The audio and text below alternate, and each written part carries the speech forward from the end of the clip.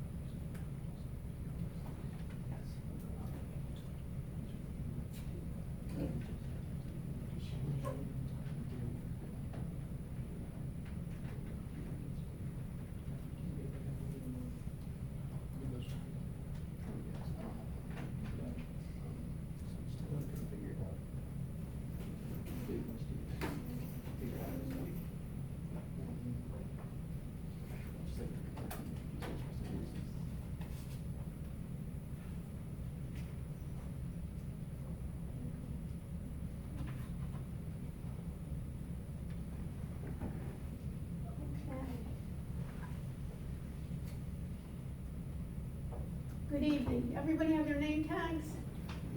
Let's put that in if you don't. Pick another sheet. And we'll start.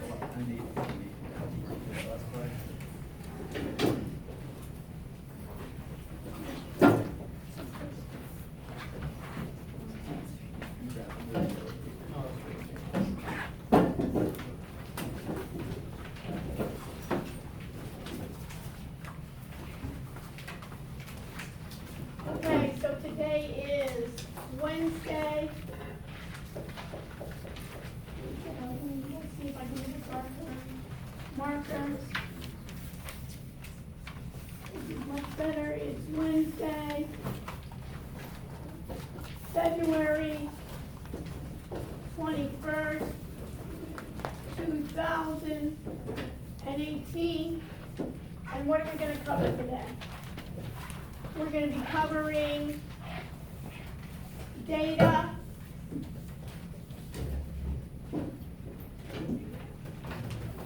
database management systems,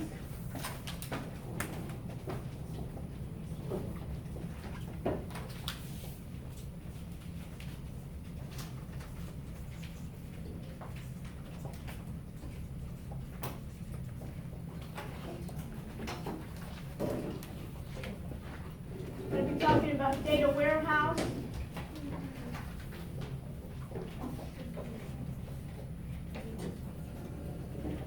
data marts,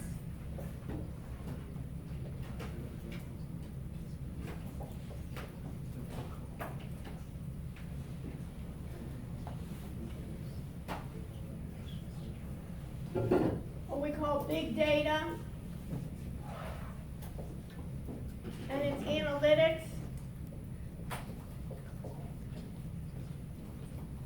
and we'll talk about the differences between database management systems versus blockchain.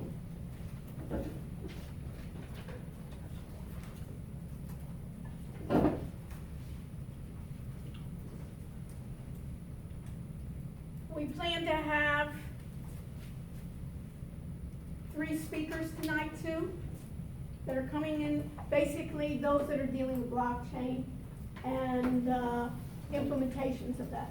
We'll have one gentleman, he's coming from New York to, see how lucky we are? He's coming from New York, and his company is called NationPay.io, and he has another startup that he's trying to revamp and use blockchains for banking. So he's trying to get banks, and so he's down here in South Florida.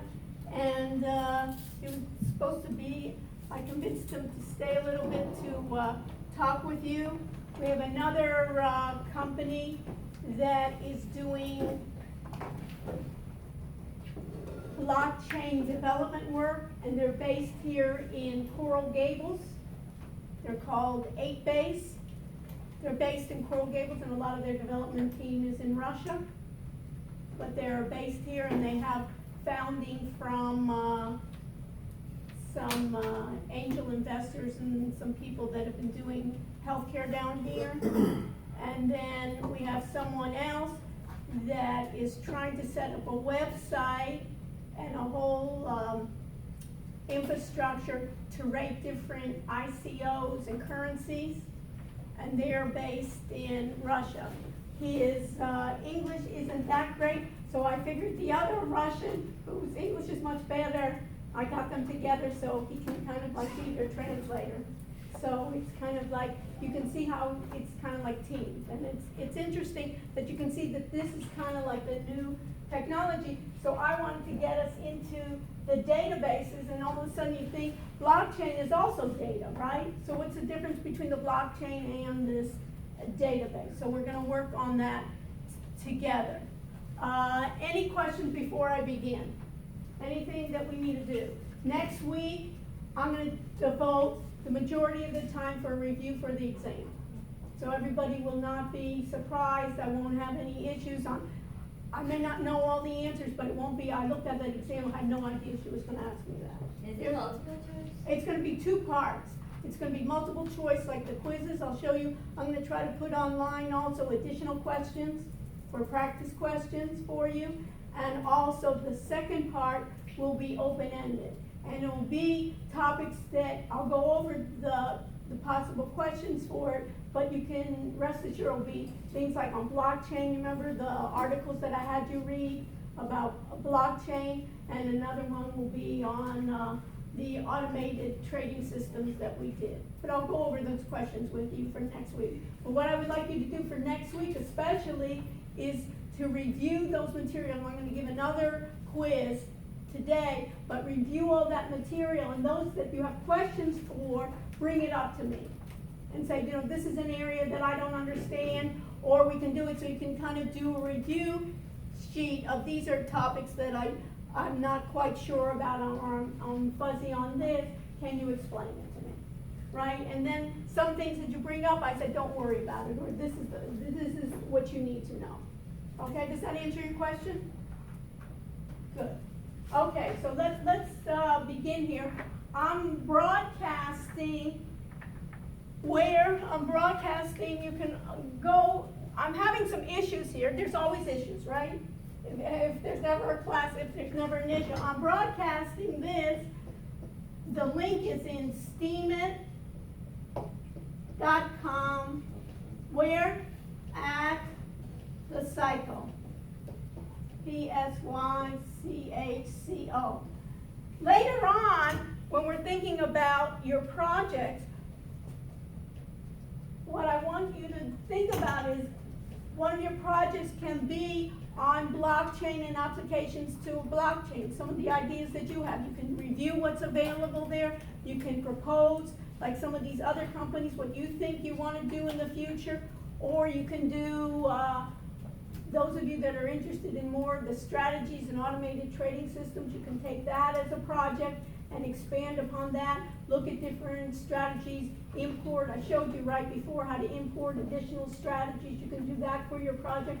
But I want all of your projects, I'll work on it more next week, but think about what do you want to do as, and you may want to even divide up your group. There may be two ideas in the group of what you would like to pursue in terms of technology to learn more about and to demonstrate. My whole idea is think about it as a demo lab. It's areas in which demonstrations of what doesn't work too. That we can look at it as we can be unbiased. Nobody's paying us for, sometimes you see reviews, right? The vendor is paying for it or it's biased in the vendor, that you can review that as well. So a lot of the things that you can look at. Okay, so let me go into, so this is, right now, this is today the blockchain and the crypto, and you can see already that these, I've put in the links here that you can already stream on the links, and they'll put in additional ones, these additional views I'll put in later. So let me go to courses. I'll go to our regular section, which is KY, right, BTE, KY. And in our original one, I'm going to go to assignments. And you should have then chapter 1, TG, which is the Tech Guide 1, the hardware. You should have the security of chapter 4, the TG 2A, which is Tech Guide 2, the software. And chapter 5, I'm going to add one more, which is the cloud. So for next week, I'm going to edit the test options. And we've talked about the cloud, but it's important that we discuss it further. So I'm going to make this link available. I'll give 2 rather than 1. Is that okay, attempts? And I'm going to submit, and what do you have to check?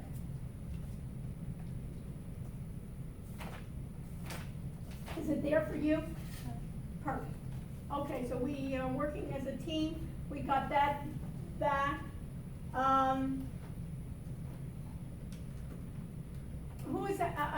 Josette will end a bit earlier, and I'll work with you in terms of what were the issues. That you had some issues, right, in your group? Yeah, I posted all of the photos. Okay, so we'll work with it, okay? Yes. It shouldn't take us. And I just didn't do it once and then give I know, but that's the whole idea. What do I give credit for? That you tried it, you documented, there's issues, and now how do we resolve those issues? So that's what you need to do. You have to come prepared with trying that, attempting it. That's always going to be. When we deal with technology, when we're doing with these new things, we're never going to be assured that it's always going to work, but then we can work with others as well. So we'll remind me, don't leave without me resolving your problem, okay? That's my job. I'm in everybody's group. So if I haven't done my job, right, I want to be responsible, okay? So let's do that. So we have the assignments. We've done that. Let me go to the web links. Let's see if I have it here. Let's go on the web links, right? You should have already, right, looked at the difference between Bitcoin and blockchain for business. What is blockchain? The most disruptive tech in decades, right? And then you have the NinjaTrader strategies for importing, right? And then there's another one.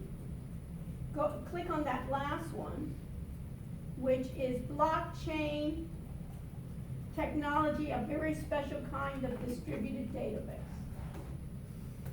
And what do I want to do? I want to also go to the book. So we should have the book there. I'm going to sign in on the book. And you have the PowerPoints for this as well, right?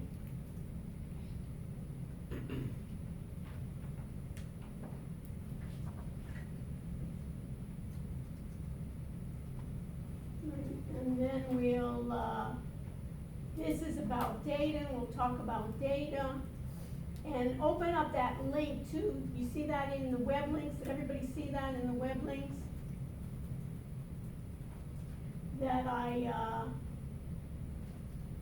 talked about before. before I go on. So this is on my, blockchain, and this was a very special one, and remind me, we'll go over this article as well.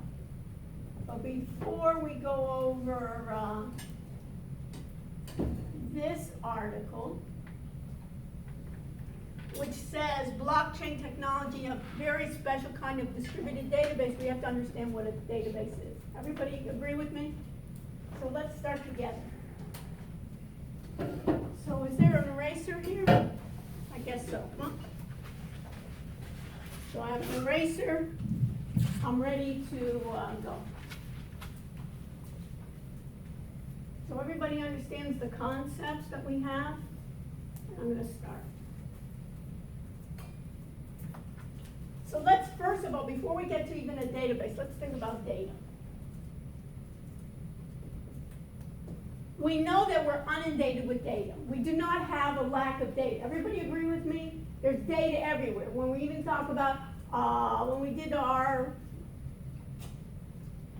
automated trading system example, where did we get the data from?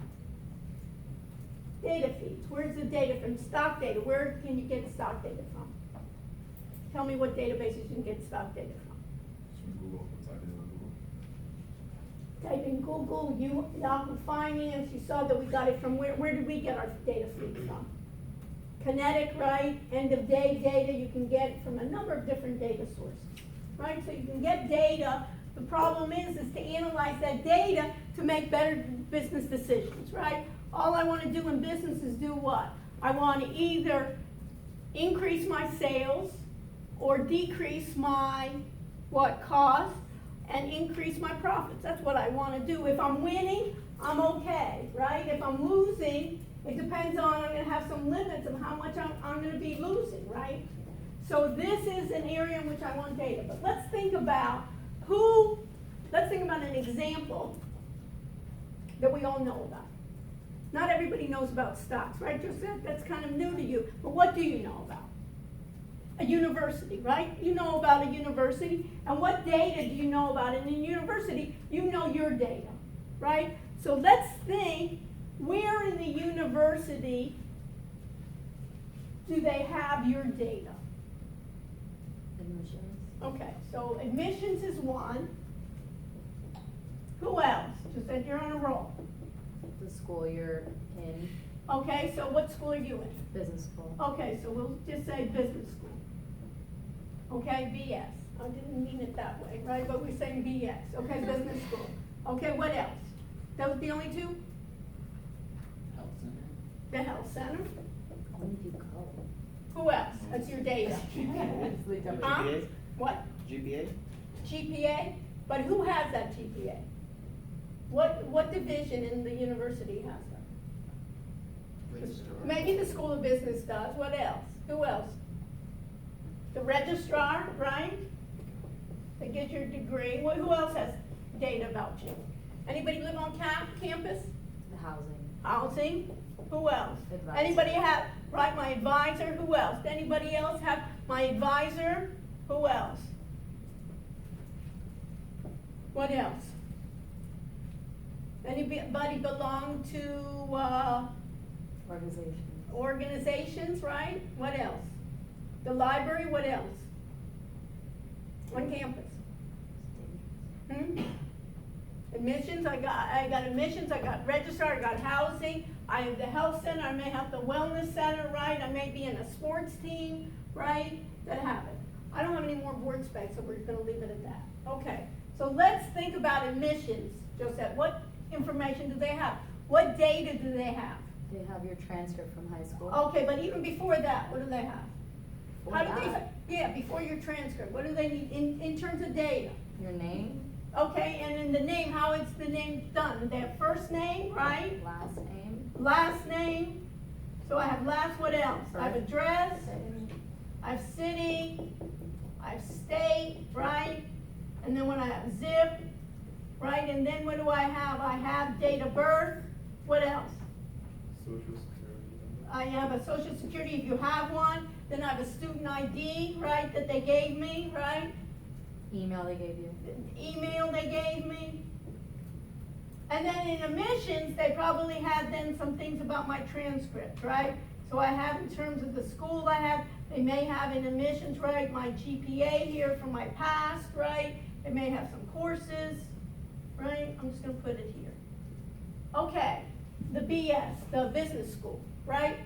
What do they have? They have my first, they have my last, all of this, I'm gonna call it demographics, right? What do they have unique? They have what department I'm in, right? What else do they have?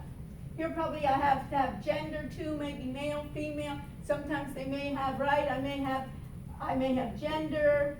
What else may I have? I may have, in terms of race, right? Whether you're Hispanic, African American, sometimes they have information there. I have department, what else? In terms of business, they might have my GPA, they may have, my name of my advisor, Courses. right, my courses that I'm taking and so forth. Health center, right, they're gonna have all of this, right? And then what else are they gonna have? They're gonna have my vaccines, right? They're gonna have all my medical information, all my diseases and so forth. The registrar, I have my demographics, and then my registrar will have my current GPAs here. It could have my degrees. Housing, you know it's gonna be the same in demographics, right?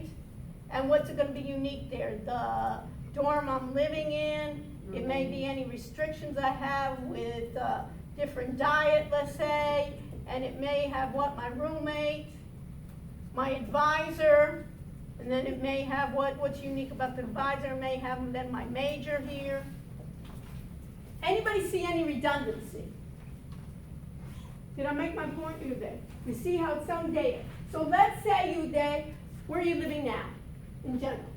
Where are you living? On campus, off campus? Huh? On campus. On campus. And let's say later on, you want to move off campus, right? You'd like to have a big house and a pool and have big parties there rather than being restricted. So he moved, and let's say he moved to Fisher Island. Anybody been to Fisher Island?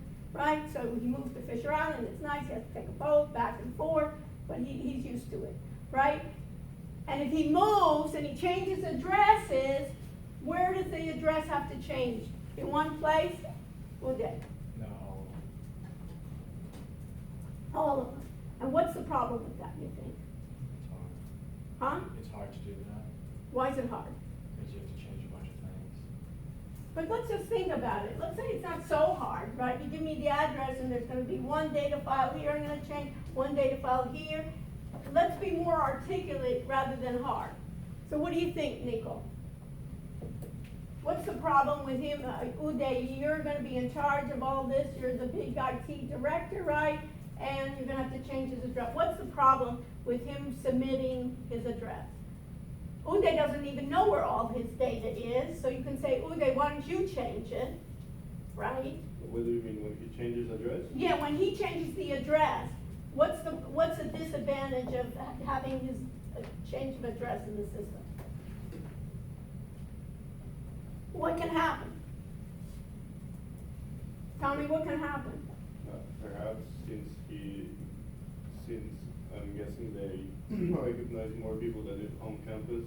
I mean, they have either like Mahoney, Pearson, so. Yeah, but if he changes address, do you think everybody's gonna type it in correctly, Uday? No. There's a chance there may be a mistake. Is there a chance that one of the files won't be updated? Has anybody ever had that where you change and then somehow somebody sends it to the wrong address because it hasn't been updated? So you understand the area? So this is a regular data file system where it has a lot of data redundancy, and let's say there's a sports team. Anybody on a sports team here at all? But let's say there's a sports team,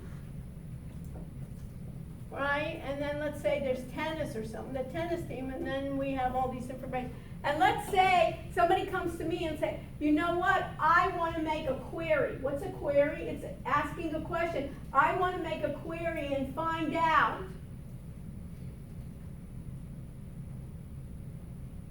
a scholarship is available for Hispanic that's a business school major and is also on a sports team that has a GPA greater than 3.5. And is a business school major. Where do I have to go? I may not even know where to go because it's in a number of different databases. So what a database management system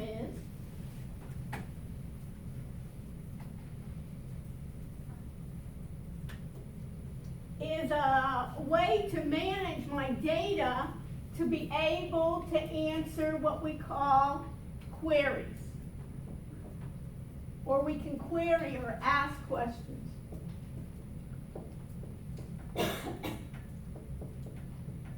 And I can ask those questions where I put the data in a centralized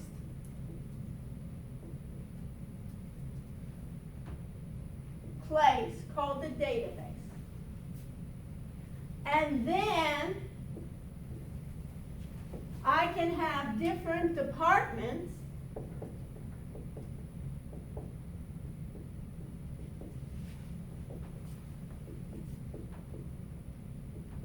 query that database.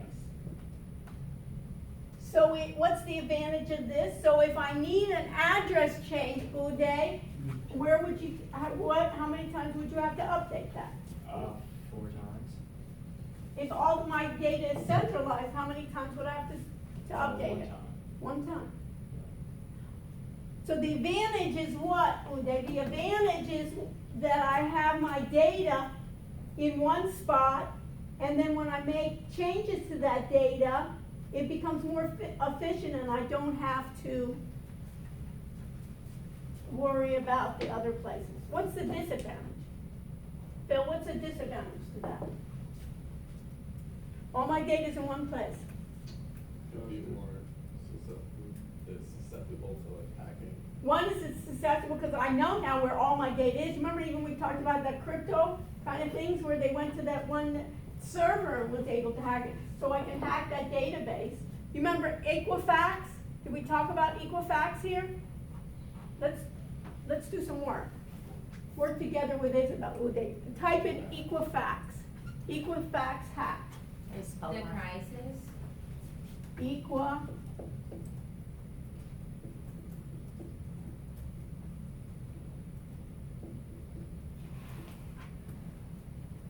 Expose a lot of personal information. Social security. And what happened in that one? Did you find it? They had a crisis management program. Yeah, but what happened? If I Google, They created, like you could create an account to see if your social security was. Equifax. Did I do it? Equifax? Equifax hack. What we learned, right? It may be worse than consumers knew, right? Driver's license, credit card, the Equifax is way worse than consumer knew. The data breach exposed more personal information than first disclosed act year. How many did it do? Personal information of 145 million consumers. How did that happen? What are they? What is Equifax? Equifax is a credit rating agency. So basically it holds all the information that credit card companies have on you. And what happened is somebody went in and grabbed all that data. How did it happen? By what they call an exploit. You'll need to know this for the exam. So there was a threat from the outside, supposedly. There was an exploit that we had some kind of vulnerability.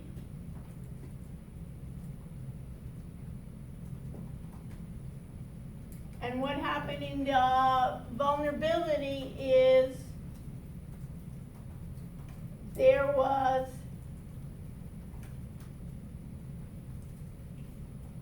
an OS patch that needed to be installed.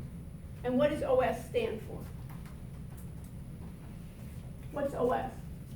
Operating system. Operating system. So this was on an operating system, and what happens is they find operating systems find that they're vulnerable, and what they do is they say, we're vulnerable, so we're gonna send out a patch, we're gonna send out a correction, some software correction that we can harden the infrastructure.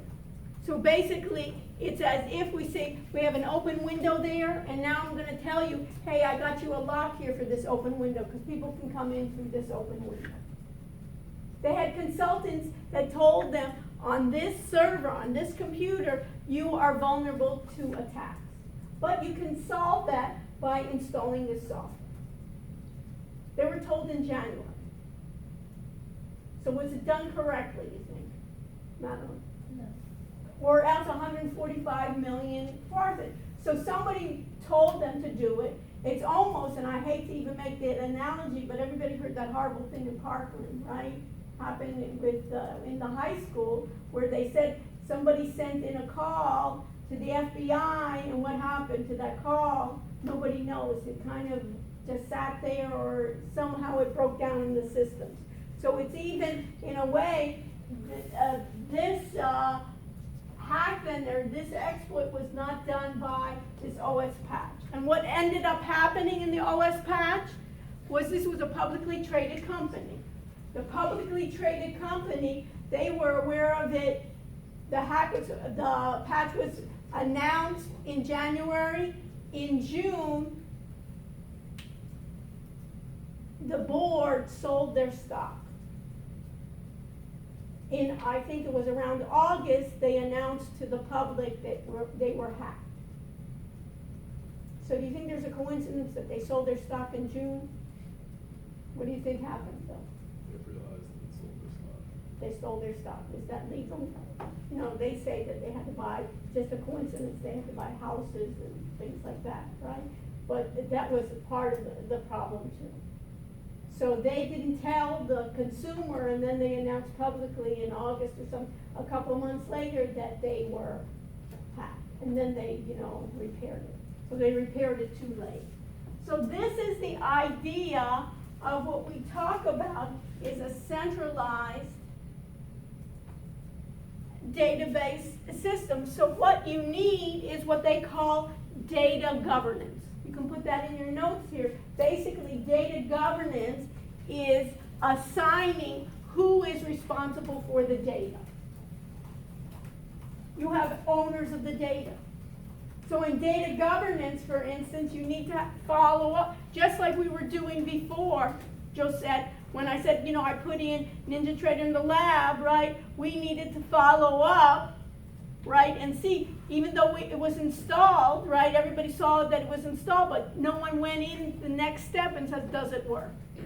So basically in data governance is you have to make sure that the procedures are done, not only to be responsible for your data, but to make sure that your data is done correctly. So this is an area where you have what they call master database management. So what the database approach is, it started with, were like those single files that I showed you. Admissions has a file, registrar has a file. That's called a data file. So a data file is a collection of logically related records. And what's a record? In a file,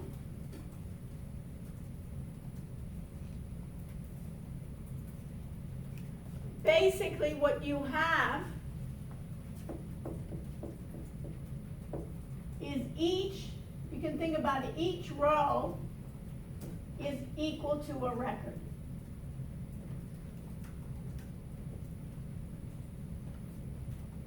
So if I have my class file, each student is going to be a record in my file. And what was traditionally, this was study database management systems, the data file, what did we find out in a data file? What were the characteristics of just data files by themselves is what we call data redundancy. And we saw that already, right, Uday? I saw that in the way that what? Your address may have been listed 30 times across the university. Data inconsistency, we talked about it too, Uday, which was what? You make a change to the data, it may not be the same. Data isolation means if I want to find, for instance, certain people for scholarships, I may have just have isolated information that I can't get to and I can't query. So what we have here is database management systems, and we call it DBMS, database management systems, allows us to maximize these issues.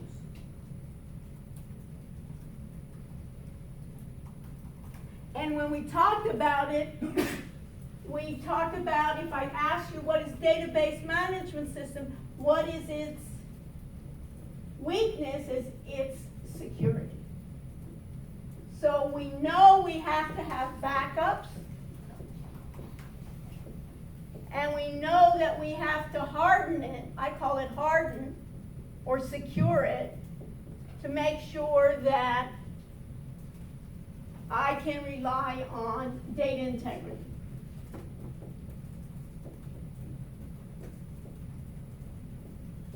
Now Vincent, what's data integrity? I guess how reliable your data is. Yeah. Right, if we're dealing with stocks, Vinny, and then we end up saying, can I rely on this closing price? If I can't rely on this closing price, I can't, it's useless to me.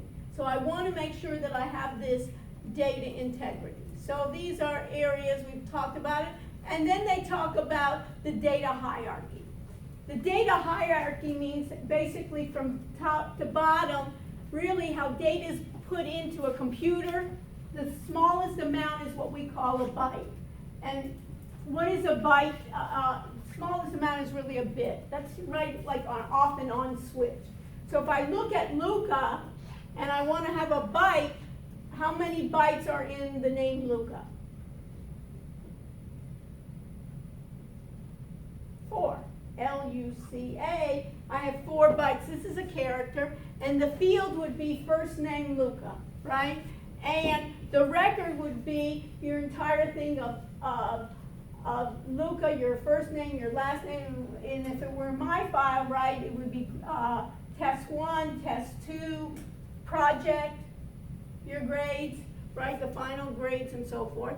And all of my students together make up a file. So I have the student files, I can have faculty, I can have database management, different ones for the entire place.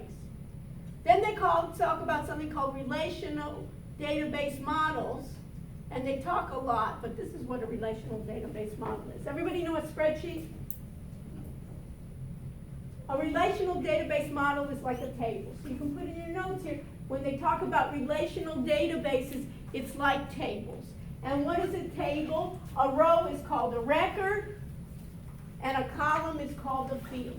So you have records, are rows that I said, right? And fields are columns. No big shakes. And what you'll be able to do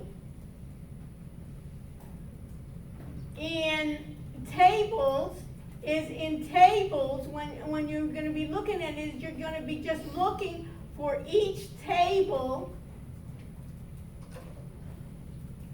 You'll have different tables that you'll relate to have it. So you can have relationships between tables, and then you can have keys, for instance,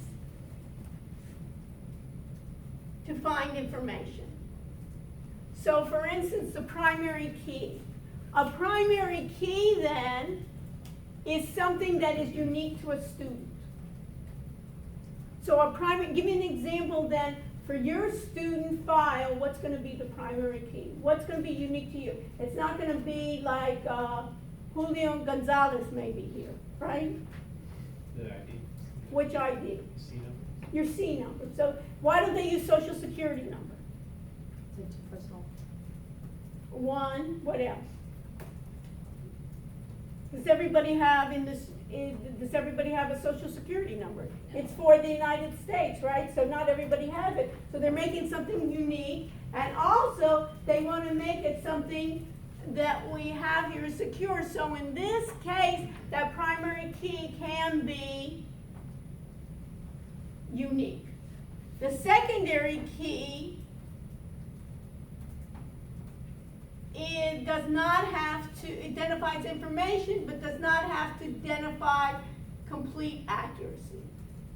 And usually what we have is what we call structured data, meaning that my data is well defined by my fields. I can find that information easily and I can decipher it. And the common programming language for structured data is called SQL, standing for structured. What's the Q for?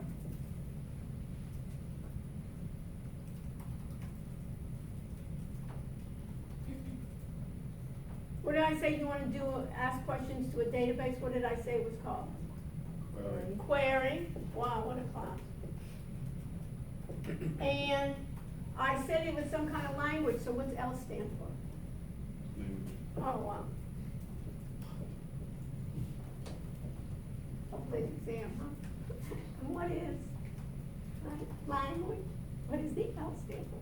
In language. Okay, so this is structured query language, but who cares? It's basically saying it's a language that is quite old, and it was from really a number of years old, but it's basically, give me all those students that have GPAs greater than 3.5 and are finance majors. And finance majors or entrepreneurship majors. That's the query. And one of the most, where do you think they use database management systems that you use online? Probably the most popular online is called MySQL. Look it up.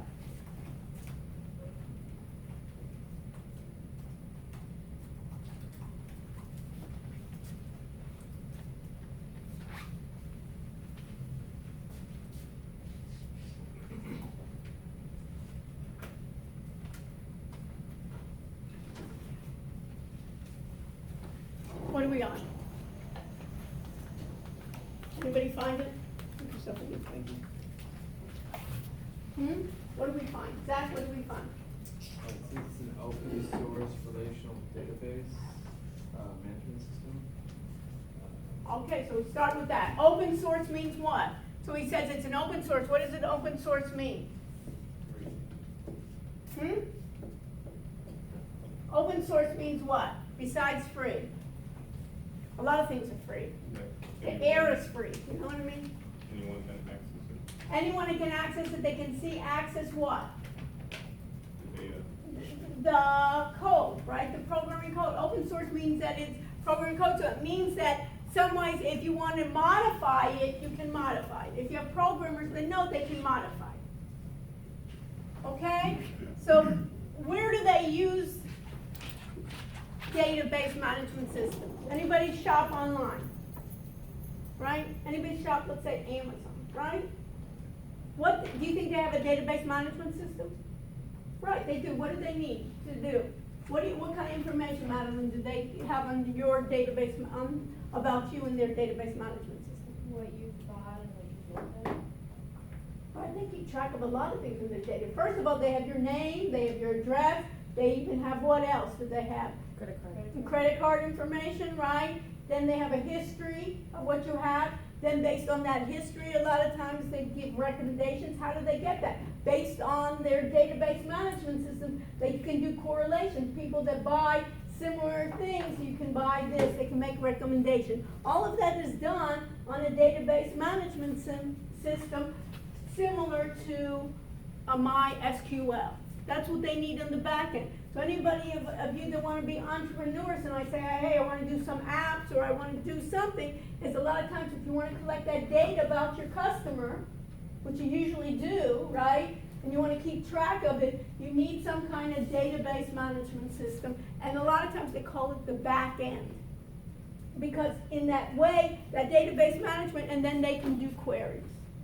You can do queries on it yourself, right? Find me all the history, but what they really want to do is they want to get queries on you, right? Think about Google. All the thing is, think about all those places that think about Facebook. How much does Facebook cost you? Nothing. How much does Twitter cost? Nothing. How much does my Google searches cost? Nothing. But what are they making their money on? They're making that money based on your data, on how you're experiencing, right? What are you searching for to be able to give you that back? Or based on search engine acquisitions and so forth. So this is basically what we've talked about. And one more thing that I want to stress to you is we have something called unstructured data. Structured, do you remember, Nico, I said was what? Something like first name, last name, the address, your GPA, or an Amazon, what, the books that you bought, right, the prices, the ISBN number, whatever. Unstructured is what?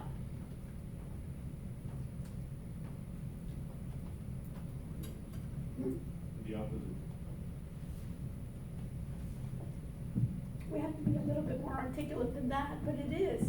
Un means opposite, but it's basically things that it's not so easy to grab hold of. And think about, what do we have now a lot of on the internet? It's video, right? So if I want to find exactly somebody's face, right, I start having to do it. It's a little bit harder. I can do it. It's starting to be like I can tag faces and so forth, but I want to find you everywhere. I want to find information about you, whether you're sad, whether you're eager, right, whether you're male, female, whether in this case, how old you are, based on almost like facial recognition. That's all going to be unstructured. Video, finding videos, right, exactly, that's going to be unstructured. So these are areas that you can do. Now one area, anybody is doing data analytics as a major? This is a big area, because in big data is basically forecasting. Just like we were doing in terms of the automated trading system and forecasting what's going to be in the future. Think about marketing now is all big data. It's no longer just my ideas, it's basically tracking, trying to figure out what are going to be the next trends, trying to do what? To find those people and to sell you more, to sell you something that I want. Not just to spam you on things that you don't want, but basically if I know what you can do, I can do that. So what they call is big data is the idea of finding it is that it includes structured and unstructured data, and it doesn't fit exactly those relational databases.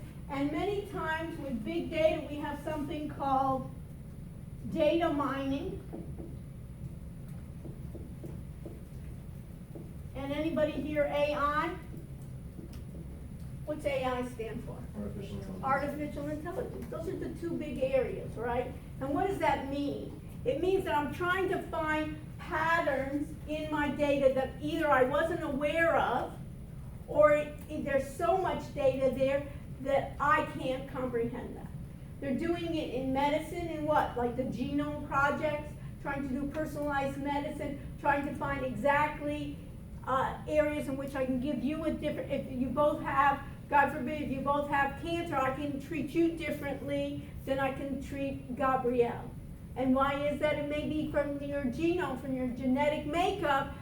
I can see that you have this kind of mutation and you have another. Or you're from, I may see that Hispanics are more inclined to get this disease versus another.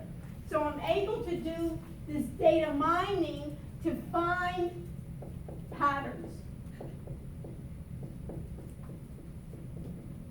And I can, in this data mining, I can do something called supervised versus unsupervised. Supervised means that I tell the computer what hypothesis I have and which attributes to look at. Anybody ever get a call from a credit card company saying they think there's fraud in your account or something suspicious? They're using this data mining. What are they doing? They're looking at what? When did you get a call? Did you ever get a call, Madeline? And what was the reason? Suspicious activity. Because it's what? Something that you hadn't done usual, right? That pattern. And what do they have? They basically do it partly unsupervised, saying these are transactions that were fraudulent. These are transactions that are good. Let computer find me those patterns. What makes a fraudulent transaction? Many times, for instance, we go to a gas station and do very little amount. That's like a flag. Why? Because somebody steals a credit card, right? There's nobody there at the pump. You can go pump and dump, you can go. Or there may be, one time I got it where it said on my credit card statement, it said RU. Anybody know what RU is?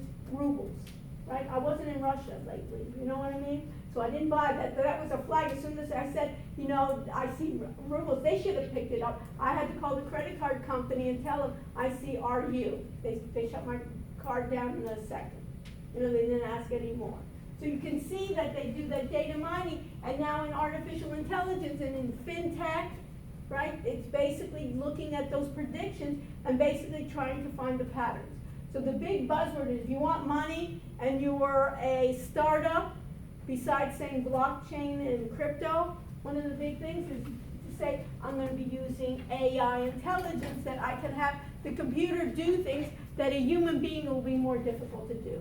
But you need humans to write the rules.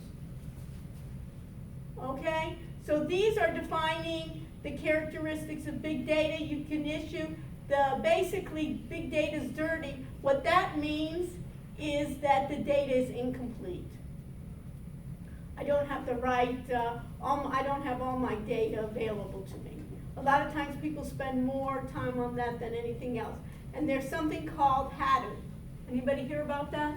You'll hear about it tonight. H-A-D-O-O-P. And what am I asking you to do, Gabrielle? It's not just sit there. Right. And what did you find? What did you find? Let's go. Manuel, what did you find? Hadoop. H-A-D-O-O-P. What is your major?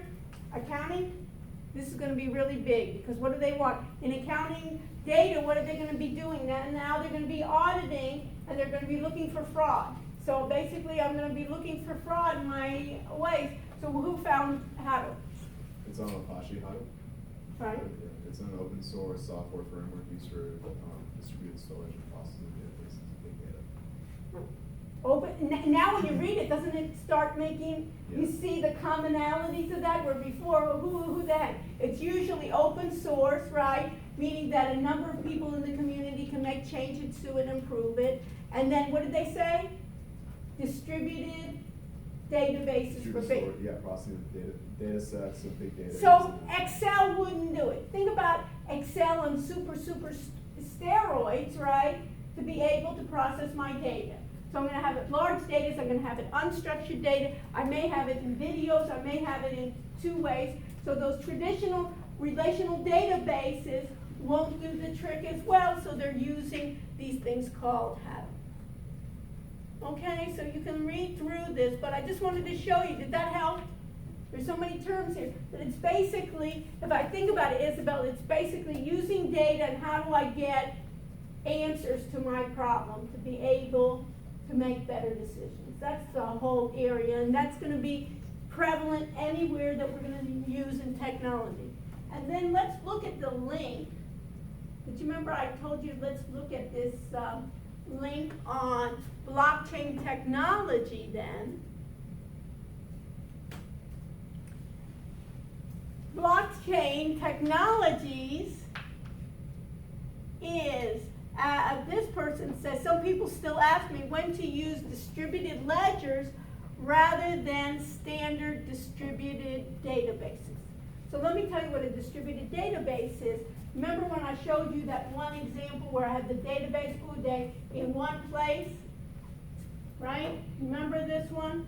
And what did we say was the problem having in one place? It was more vulnerable, right, Uday? So what people are doing now, and let's say we were in Miami, and it's hurricane season, right? What's going to happen to my computer systems possibly? It can go down, the electricity can go down, I have a problem there, so I want to do a distributed database. So if I want to do a distributed database, I can have what they call a set. I have my distributed versus central. We talked about what a centralized database is, right? That I have in one central place. My distributed database is going to be across. I'm going to take my data, Uday, and will I just put it in Florida?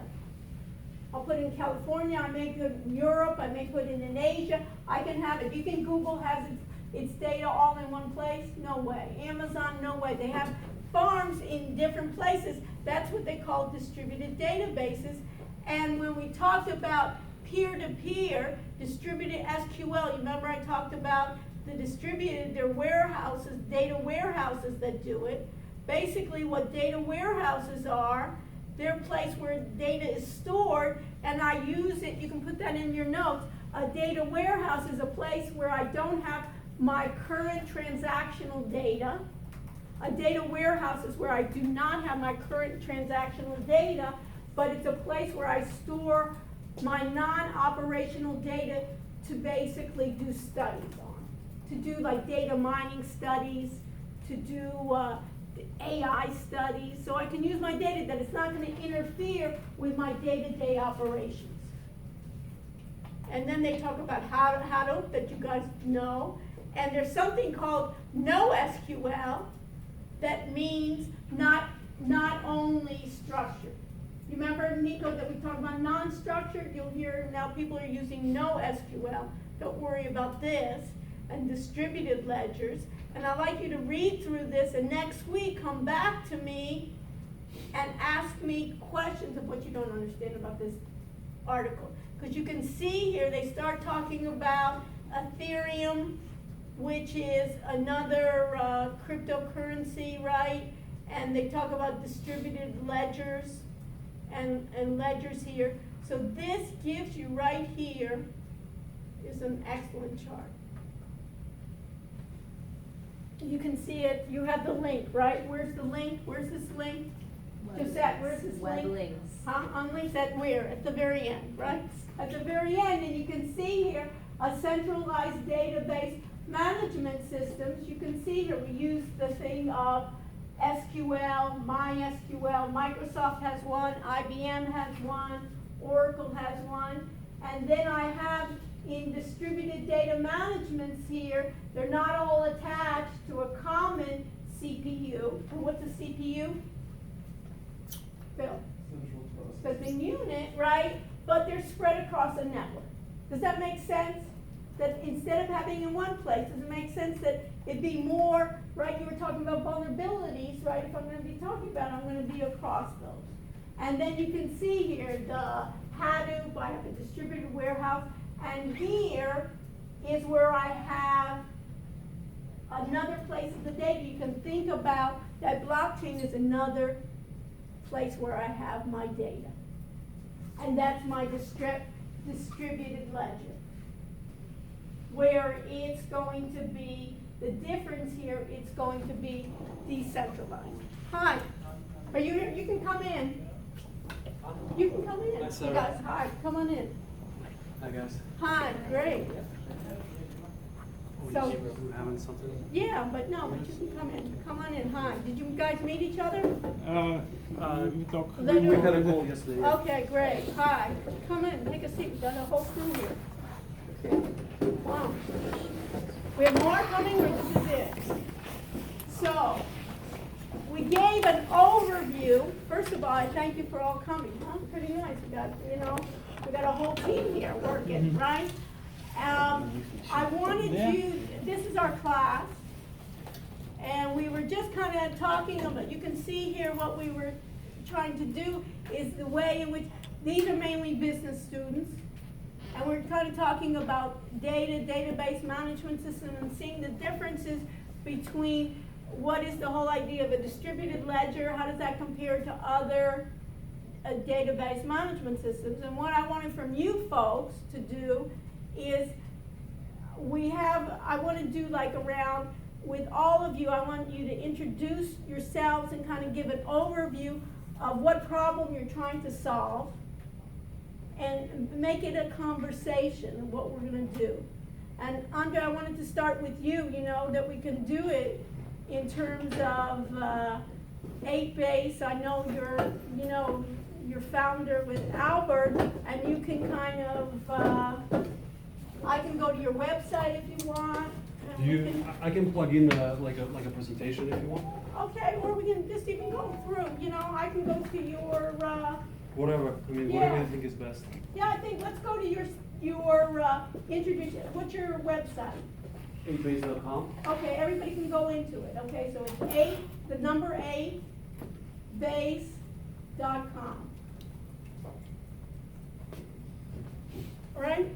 Yep. And then you can introduce yourself, and just basically, this is a great class, right? We've got people from all over the world, and also different majors in terms, we have computer science in the front row, and then we have, what do we have, finance, what else do we have?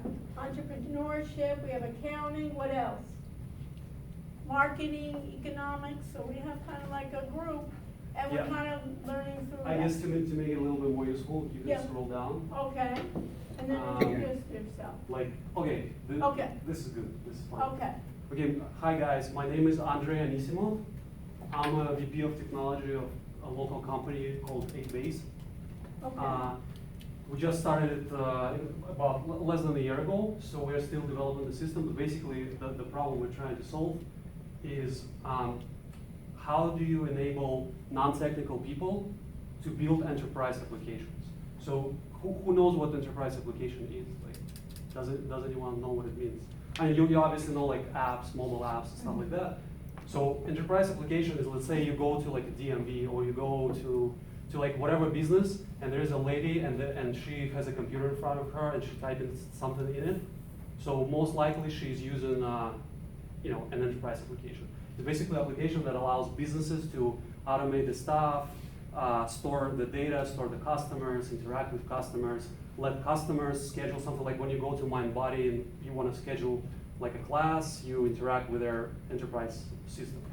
So right now, building enterprise software is very costly. You basically have to hire a team of developers, and they are very expensive if they're good.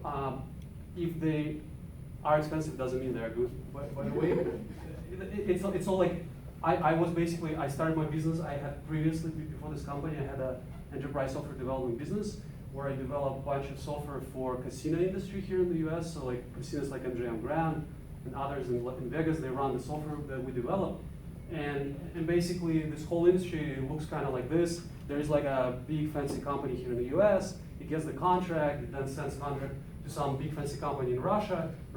In Russia they send it to some smaller company, and then smaller company sends to some dude who is a student, or like he works somewhere and he does it like after work.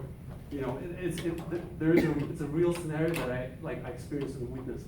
So what we're building is we're building a system that allows non-technical people to kind of go in, register, and start building enterprise application, because enterprise application is essentially is bunch of like standard features like user management, login, all the features that we all know like very well. It should be able to send emails, it should be able to log you in, register, etc. And then on top of it, there is something custom to the business. Like, let's say if it's a logistics, if it's a FedEx, they need to track shipments, they need to track packages. If it's like a casino, they track the slot machines, the chips, whatever. And so we basically kind of abstract in a way and implementing all the functionality that has to do with standard things like login, etc. And we let users to use kind of drag and drop tools to set up the custom logic that's specific to their business. So, an application, give me an example of someone that, what kind of application? I mean, So like a car rental company, what are you thinking about? the Are you most- the looking, most- are you looking at basically a large enterprise, a medium enterprise, a small business? it can kind of like we have our strategy that kind of starts from the smaller and then goes up. So give me an example of the smaller. So Give the me most common example Yeah. right now of such software is CRM. Okay, and customer it's relationship customer relationship management. management system. Salesforce is the top vendor, the top company that builds this Right. this type of software. But it allows you to manage all your customers. If you like a sales team, that's where you put all your leads, your customers, etc. Right. But there is tons of other systems, like custom, for example, the systems that I built a system for an airport that allows basically airlines submit monthly reports, how many like passengers that they had, all kinds of data, and then the system automatically calculates how much money they owe to the airport. Okay. Very specific Yeah, application. and before this system, they had to basically manually email each other this data, like some lady in the office puts it in Excel, and it's all very manual and error prone. Okay, so you write the integrated software system. Yeah. Okay, so You- you wanna have a tool then to be able to do Yeah, that. so the main problem right now is that there are all these like SaaS solutions, basically. Software as a service. Software as a service, somebody already built like Salesforce. Salesforce is Right. number one SaaS. But Right. then there is tons of other like MailChimp, if you need to send Right. some kind of email newsletters, you go to MailChimp. But the problem is that only like in order to build a SaaS solution around certain niche, the niche should be large enough so that you can make enough money to turn it into real business. But there is tons of niches that are too small and too specific, like something very unique to this type of business that nobody really gonna build a specific solution for them. So now they have to go and hire custom developers. Okay.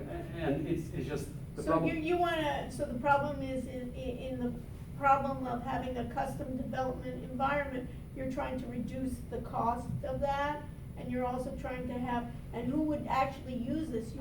So for instance, a finance or an accountant, the accountant in the company would design the system? Yeah, so we call it, we invented a terminology for this, shadow IT, we call it. It's a guy sitting in, let's say, finance department. Right. And they really want to, build some model to help them, better make decisions, something like that. And they go to their IT department, and there's like grumpy programmers, they're like, no, we have a backlog, come back in 2 years, Right. we are busy.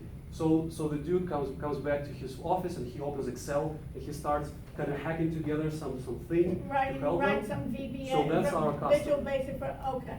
So you're gonna create that, and that customer is gonna design the software and do the software? Yeah. And he doesn't need to be a programmer? Is that your He idea? doesn't need to be programmed, but the interesting piece is this. So what we're talking about is this, tools for citizen developers. We Okay. call them citizen developers, Okay. people who are not technical, but they can still develop. Okay, The most interesting piece is that our platform is it's extensible, because obviously we don't have like resources to implement all possible features that businesses will ever need. Like somebody will need to send text messages, somebody need to some Ethereum, some blockchain integration. right. And the problem, so basically the way we're solving it is we're opening it up to the global community of developers who can contribute new capabilities in the platform and make money from it. So let's say you can build like a, So an open, almost like an open source, but in open source that I'm gonna get paid for it. yeah, So you remember we kept on talking about open source, and traditionally the open source was, nobody was actually getting paid. yeah, make it- traditionally you do open source for like stars or, you know, for kind of recognition, it helps Right. you get a better job, but it doesn't give you money like directly, right? So what we're enabling here is I can give you an example. Let's say Okay. you can build like a kick-ass face recognition algorithm. Okay. That will tell whether it's a woman or a man. We were just talking about that, right? Some kind of AI algorithm. Right. You can upload it there, and every time anybody in the system, whoever needs this algorithm, they can use it and they can pay you per transaction. So every time the So it's almost like a web service, no? yeah, we call it App Store for microservices. So it's like a microservice. Everybody understand that? So basically, if you create like a facial recognition, you'll put that on your system, and everybody that's gonna be using that, and it's gonna be tokenized? Is that what your Yeah, idea is? and so So this is the blockchain kind of idea of this? yeah, so the marketplace will be blockchain powered. It will run most likely on Ethereum blockchain, and all payments will happen in the cryptocurrency. So what cryptocurrency enables us, something that was hard to imagine before, is micropayments. Because the problem is like currently most services, they charge you per month. Something like that, like even if you use it once a month, you still have to pay the monthly fee. And because processing payments is expensive, so it has to be some kind of minimum threshold to be Right, processed. I'm not gonna pay you a penny, Yeah, right, or but 5 cents. with cryptocurrencies, we can do it the way that you literally get paid pennies for every single request. And it allows the ultimate users to don't be conscious in terms of what services they use, because they know that if they use it heavily, they're gonna pay. If they don't use it, they're fine. So what's the blockchain? It's not that necessarily if I'm an enterprise and I'm like a finance person, I'm not necessarily gonna be doing the blockchain. It's just those people that contribute will be part of the blockchain? Yeah, so you will still, as a citizen developer, you will still use the blockchain. I mean, the problem right now is that a lot of companies, they want to use blockchain. Right. They hear this fancy word, I they go to know, conference. but they don't know what to do with it, right? And they're like, oh wow, how do I use blockchain? And even if they know how to do it, the problem is that I had a really cool slide in my deck Mhm. that basically had like, who is blockchain developer, and then it's a picture of a unicorn. Mhm. It's basically like real blockchain guys, most likely they've been in the space for a while, they probably all Bitcoin millionaires, they don't want to work for anyone. They are fine. So for a company to find developers who understand blockchain and who can implement what they want to do is extremely hard, it's extremely expensive. So we let these guys develop kind of like connectors, integrations from different blockchains into our platform. And this enables these people to easily use any blockchain through very like kind of, you just configure it there. So it's in almost like the interface. plumber, it's almost like that they used before in software development, they always talked about that I'm just gonna be using modules. It's not so simple, but I'm gonna pick and choose my modules. It's, you know, I feel like, you know, if I were to end kind of this description, Yeah. so we were at the conference where I met you, Yes. and a guy approached me and he totally got the idea. He said, basically, you can think of electricity. So when electricity was just invented, electricity was a thing that only rich people could afford, and if you like super rich and you want to have electricity in your house, you call like a team of guys, they come, they install the generator right there, they install the wires, and they can screw it up, and then you have a fire or whatever. That's how it used to be. And then now we have a power grid, and you just plug in and it just works. So in the software, kind of the state of development of software right now is that rich guy hires the team. We're trying to build the grid. So if I'm gonna use this, do I need to have if I'm an enterprise, or I'm a company, do I need to think about blockchain, or I just need to think about a solution, and then you'll add blockchain to me?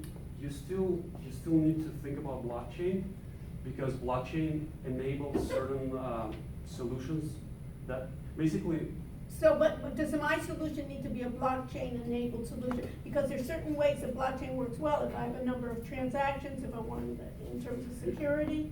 it basically depends. Usually, blockchain complements traditional centralized Okay. system. Like for example, because right now, it's pretty expensive to store data in blockchain. So Right. you cannot use blockchain as a replacement for a database. Right. It's just gonna be extremely expensive. You're gonna pay millions of dollars. Right. But what usually people do is that they store the data in database, but then they create a hash of it.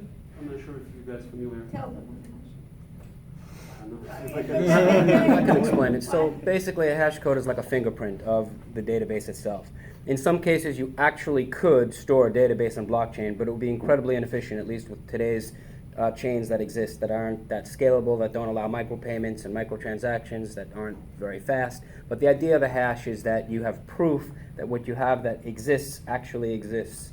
The idea in his scenario here is to have a hybrid between centralization and decentralization. You store certain services centrally, as you're accustomed to do, as Sarah was probably just explaining to you guys before we walked in. But then the decentralized component is not only the proof that what you have actually exists, but the payment for the service that you're providing. So there's nodes that are centralized, and then there's a decentralized component that represents the interaction between these centralized nodes for payment of services. There are users of the services, and there are the people who are providing the services. In between them is blockchain that accounts for the payments and the proof of provision of the service. Basically, the benefit of blockchain usually comes from immutability. Immutability is basically whatever you record there, nobody can erase it, nobody can change it. It's there forever. It's like set in stone. So it's cool when you can kind of store the actual data in traditional database, but then you make a fingerprint. The fingerprint is very small. Like your data could be huge, it could be a whole movie or something like that, but the fingerprint is just a little like piece of text, and then you store that in the blockchain, and then you can, every time you access this data, you can compare. Does it match? If somebody changed the data, the fingerprint will not match, and you're like, oh, the data is not authentic. So that's- it'll be easier in terms of hacking. A lot of these people don't even know they've been hacked, right? Yeah. So it'll be. Yeah. So you're gonna be developing what? So you're gonna need to get these developers, right? I'm gonna need to get clients, and you're developing what? You're developing the front end, you as the We're- base. We are developing the platform that makes it easy for these guys to contribute new capabilities so that they don't have to worry about the hosting, setting up the infrastructure. They only focus on the code that actually does something, and we take care of the hosting, and we implement basically best practices of all common things that every application needs, such as user management, role-based security. So you're gonna already have some of those services already built in? Yeah, we just kind of the foundation of an enterprise application, Uh-huh.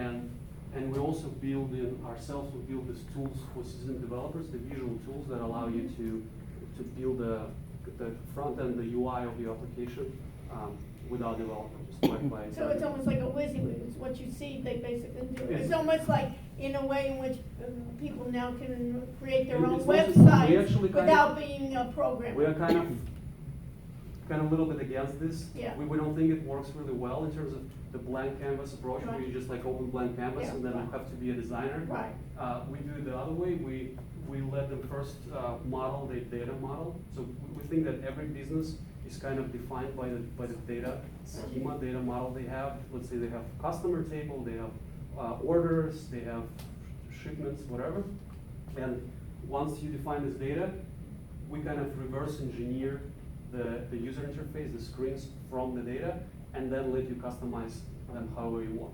But you don't start with a blank canvas, and I think that's the pretty, big innovation. So I don't have to, and so you're gonna shorten that time, plus they're gonna be able to make their own rules, because they know their business better than others. Yeah. And they don't have to waste their time talking to programmers about it. Yeah, it's basically we're We're shortening we are that part. bringing development closer to the requirements. Because right now requirements here, and then developments could be in Ukraine, and then you not only have to explain them what your business is about, you also have to translate it. Right, and so I don't know, okay. And what are you gonna be charging for this? Do you have a business model, how you're gonna charge? We have preliminary, like, tiers of Right. different users. It's gonna start with free, so if you only have, so up to 3 users is free. And then let's say you have a very small company, you only have 2 or 3 employees, you're not gonna be paying anything. You're only gonna pay if you consume something from the third-party developers. And then it goes, I believe, something like $50 a month. Okay, so you per can user. do it as a service. It's a freemium model. Okay, and how far are you along on this? So we started development in August. We're gonna release like a closed beta in March. And And the by March will June- be for the citizens developer? no. It'll be, So the March will only do this. Okay. This is for developers. This is Okay. a backend as a service. okay, Product. And then in June, around June, July, we're gonna release things the there. right. And then in the middle? That part? Yeah, somewhere Right, around right. the same time. Okay, great, and so what is your, how can these folks help you in any way, do you think? Well, I mean, we obviously like always looking for engineering talent, for developers, Mhm. for designers. Probably something with marketing, but I'm not a marketer, so I Right, don't really right, know. but your marketing team is gonna be here in Miami. in Yes, Coral- so- And you're in WeWork, We right have now? we have two offices. Development office is in St. Petersburg, Russia, and here the headquarters is in Miami. We have design, product development, basically all business related Right, functions. business development, marketing. raising funds. Yeah, yeah. Right, you got those guys in marketing. Yeah. Okay, great, and then you're temporarily in Coral, you're at WeWork now? Yeah. Right now we work on Ponce de Leon and Coral Gables? Gables. Okay. Probably gonna stay there for a few months, Okay, and then yeah. great. Any questions? Anything to, everybody understand kind of his idea is basically trying to get into that blockchain and trying to merge the developer with the end user. Yeah, just to kind of build a window for regular people to access all these hardcore Okay. technologies. Very good. Okay, so can I have, very good, thank you. Ken, you wanna come up and just tell them Sure. and introduce yourself? It's Nation what? Nation Pay is what we discussed on. Yeah, but you guys can go to this one, it's called nationpay.io.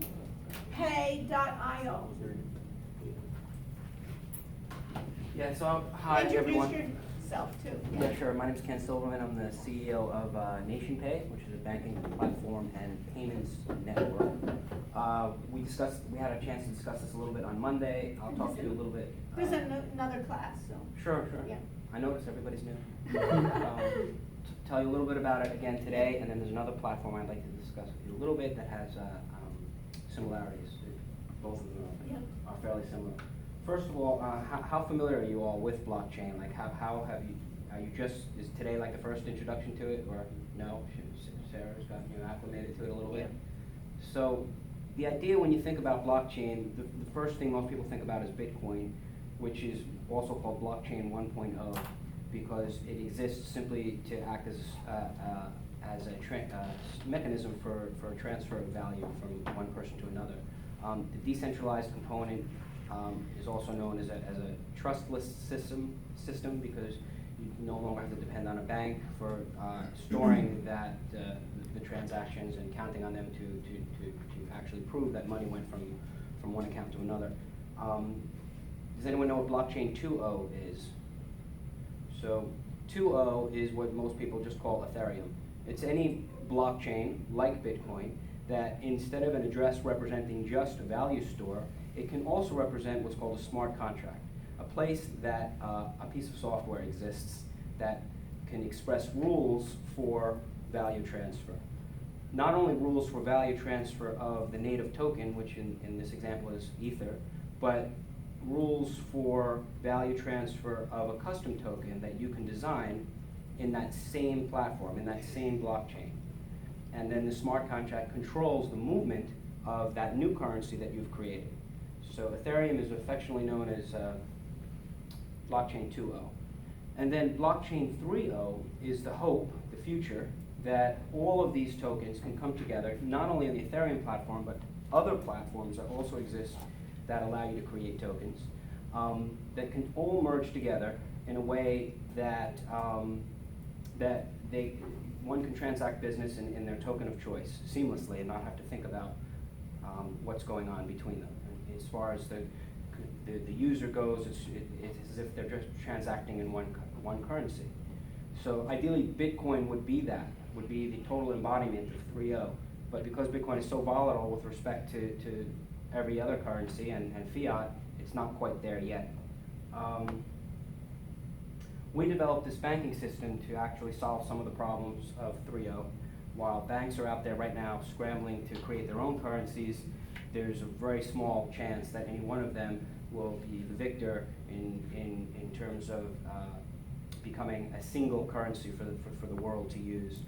So what we've done is we've created this platform where banks can transfer value from a client's account directly to the client with their own token. But in a later stage, different But when banks you with say different their tokens. own token, meaning the bank's token or The bank's token, yes. Banks will create their own tokens using the NationPay wallet.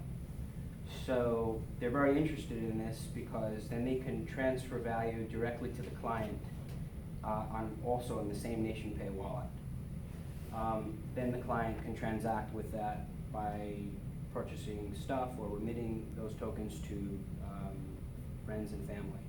So like when you have $1 in the bank right now, that dollar is sitting there, it's virtual.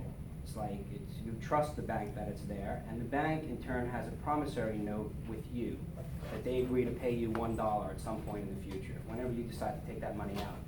But before you do, you can't do anything with that dollar. So with this system, you'll be able to actually take that promissory note, put it in your wallet, conduct business with it, put that dollar in the economy, that promissory note, which would be called, say, the Citibank token, if that's who you're doing business with. And the bank still has access to that because it's just a promissory note that you're passing around, which we call a token. They're extremely interested in this because they retain what's called the float, which is their ability to lend on that money. At the same time, the money is being utilized in the economy at large. There's a second component to this, which is called a credit account. It allows the bank to issue credit directly without Visa or MasterCard. There'll be no plastic associated with it. It's kind of like using Apple Pay, for example.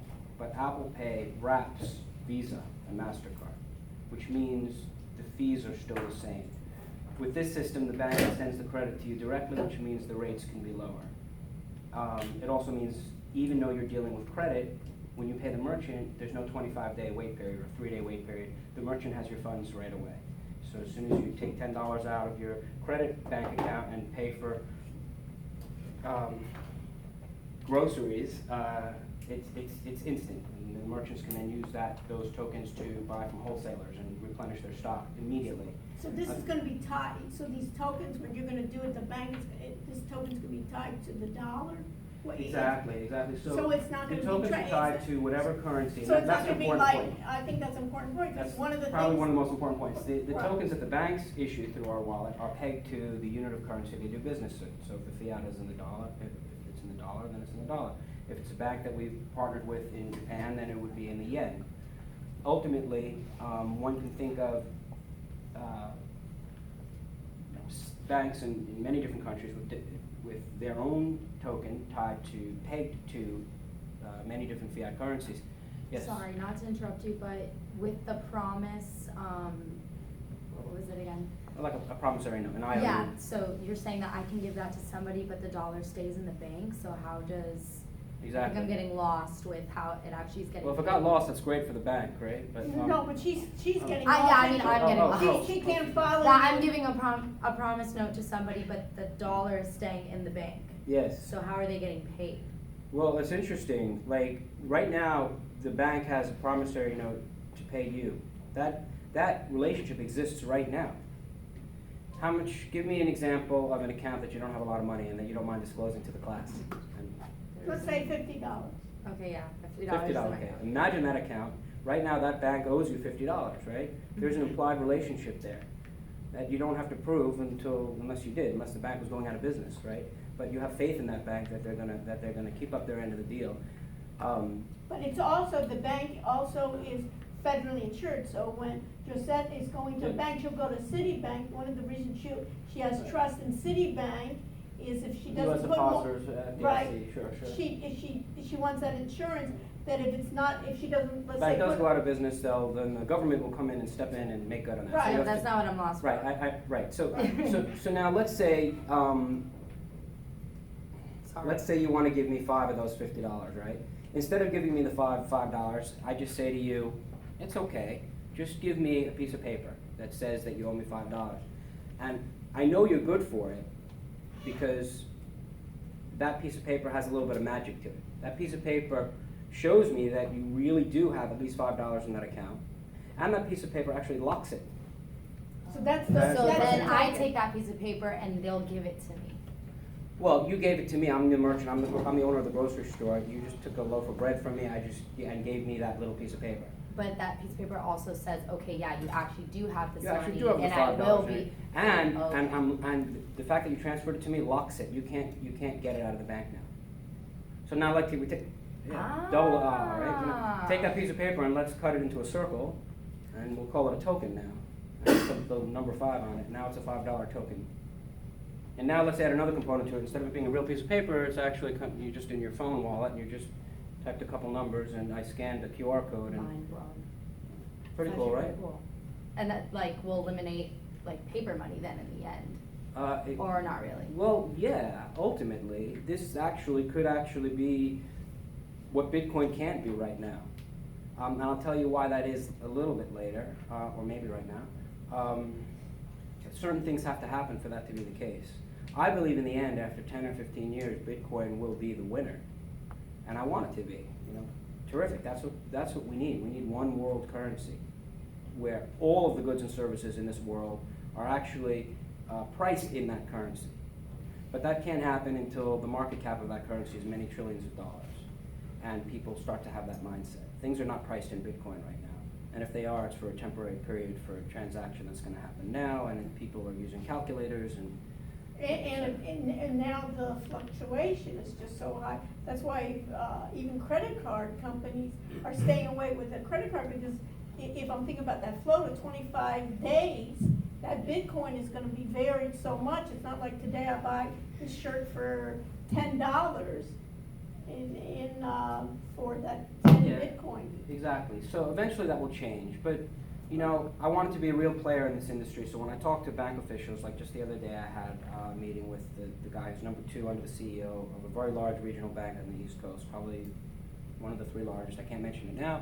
But we're about to do a pilot program with a memorandum of understanding that allows us to introduce this in a very controlled market to a select few clients that represents a small ecosystem, where some of the clients are people like you and some of the clients are owners of stores of the same bank. This will allow the movement of the currency. In order to do our ultimate vision, which is to be like one coin, you have to consider something else. As I said, there are one of the biggest problems is that there are other currencies, not just the dollar, right? And we talk about a world currency, we have to talk about interfacing between several different fiats, euro, dollar, yen, peso, whatever they are. So to do this, it's easy to think about an example. Think about, say, the Mexican National Bank that's like right on the border of Texas and Mexico, and think about some regional bank in Texas, and think about a few stores along the border that are used to and are familiar with customers coming in who are Spanish and customers coming in who are American, who have dollars in their pocket, some have pesos in their pocket. These are real world examples. While something might just be priced in the dollar, there are stores where things are priced in both the dollar and both the peso. Other examples exist that are not right on the border, like in Costa Rica, where things are priced in many other countries where things are priced in the dollar and their native currency, like the colon in Costa Rica. So people are now in their minds, they already have in their heads, this is going to cost 5 mil colones, it's also going to cost $5, and they know in their head what it's going to cost. People are becoming acclimated psychologically to that. So when you talk about one bank that has the, say, Mexican National Bank token in pesos, and another bank that has like the Texas Bank token in dollars, we have, as part of our network, a means of merging the two banks so that there'll be one token between those two banks. And now the 30 branches in Mexico and the 40 branches in the United States are now suddenly 70 branches with one currency. And that will happen at a time when the merchants that are part of that ecosystem are pricing things in both. And so now suddenly they'll be pricing things in just that one currency. And this is a means to an end. This is the beginning of one world currency in a way that we think is the most natural way for this to occur. Rather than just suddenly coming on with Bitcoin, we're doing the natural thing, which is to get the money out of the banks in a very logical way. Everyone has their money in the banks. Very few people have their money in Bitcoin. So this can establish the ideals of Satoshi, the fictitious founder of Bitcoin, without coming about it so radically, without excluding the banks. Yes, we're excluding Visa and MasterCard, but we're not excluding the banks. So ultimately, over time, when people are very comfortable with this, all the tokens will be out. All the dollars will just be representing a loaning mechanism for the banks, but they won't be there. You know, people will just be conducting business. What will ultimately be the end of the banks 20, 30 years down the line, when they've all come into this business in different ways, facilitated through us and other people like us, will be what? Will be when, the credit aspect, they're able to extend credit to you directly, so that won't change anytime soon. People always need So credit. you're basically But- reducing that intermediary too. We're You're gonna be reducing- taking away that middleman. Yes, So it'll be but one-to-one. what I was gonna say is employers, for example, will start paying people directly in tokens. That was the point I wanted to make. So there'll be no reason to put your money into the bank first. As But a the banks will direct still be deposit. happy because they'll be extending credit directly, like they did in the old days. That was their core business before Visa, MasterCard even came around. So they'll be quite content to continue loaning directly to the customers in terms of tokens, in terms of credit accounts. Credit accounts will still exist, bank accounts will not. And who is your competitor? It seems like a lot of people wanna get into that. All the banks are Well, getting into it. The bank's extremely happy that we're the only people that are not trying to say we're getting rid of the bank, so they're very happy to deal with us. You know, they're extremely ecstatic. Like the last words of my last conversation with one of the regional strategic chief of strategy at the last bank I spoke with was just, you're way ahead of the curve, and this is what this regional bank needs. So our next discussion is, I'll be speaking with the CEO in New York in the next 2 weeks, if this all goes well. And then how we far have you a allow, construction so bank when you're in gonna do a China. pilot, you have already the software, you have this already done? Yeah, so we're developing now. It should be about anywhere between 6 to 9 months before we have actually a test program in place. We have a debt consolidator and escrow company in New York that signed on. The escrow company, actually, for those who don't know, they receive payments from people who have poor credit, and then they make those payments to the creditors. They also, unknown to many people, have the capacity to act as a commercial bank because they have the same rights. They have their money services business, and they have segregated accounts. So now suddenly we offer them the ability to extend credit, not just receive payments from people with poor credit, but actually extend them another credit card when all their credit cards are closed. But we do it in a way that's responsible. It's something that we invented called directed credit, which allows that credit card to only be used, say, at a supermarket that's in that neighborhood. That's also part of the program, so that they're not spending it on liquor, they're not spending it on this or that. It's a controlled program, so these people can get back on their feet, have good credit again, and at the same time, the escrow company becomes in a limited capacity a commercial bank. Then we also have an MOU with a construction bank in China that's pending right now. Soon there'll be news on that. We hope in the next couple of months. So you wanna work with China on this too? Which is pretty much unheard of. Like it's pretty much impossible to bring it to China, but we have that connection. People are So excited maybe about some this. of our students can help, right? So they can be. Yeah, sure.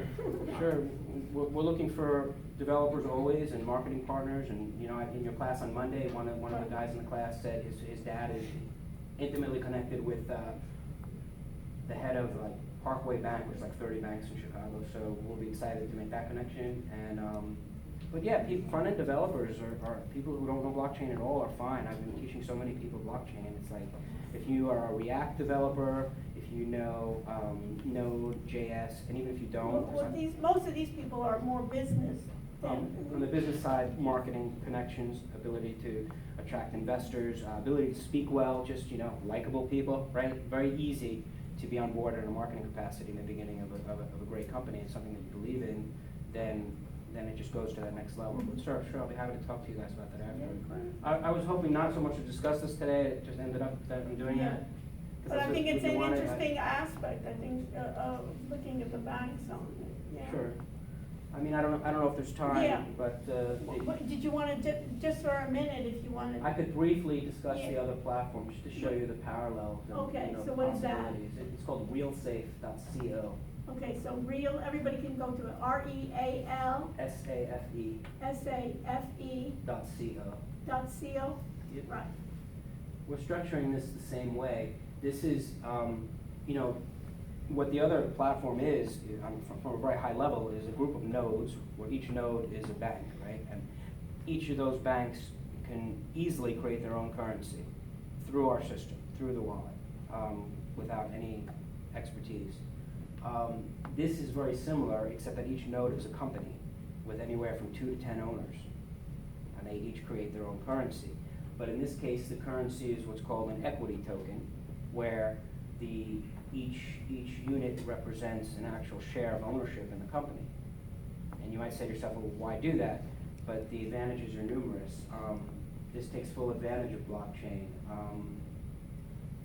There are many components to what the advantages of blockchain are, other than being able to transact decentrally and quickly and in a trustless manner. You have the ability to do what's called fractionalization, where micro units can be transacted that wouldn't make sense to do or be possible to do in a world where you have to hire an attorney and have to hire recording agents just to transfer, say, $5 worth of the Empire State Building from you to somebody else.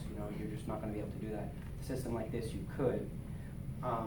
What it means is that you have the power of being listed on the New York Stock Exchange when you're just a small company.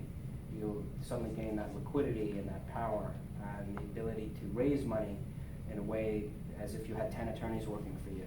You want to raise $2 million, you only want to open that up to, say, 5 or 6 of your existing 10 partners, or you want to allow new partners in. You can do that in a controlled way and not have to worry whether all the money was collected or not. Partners trust each other.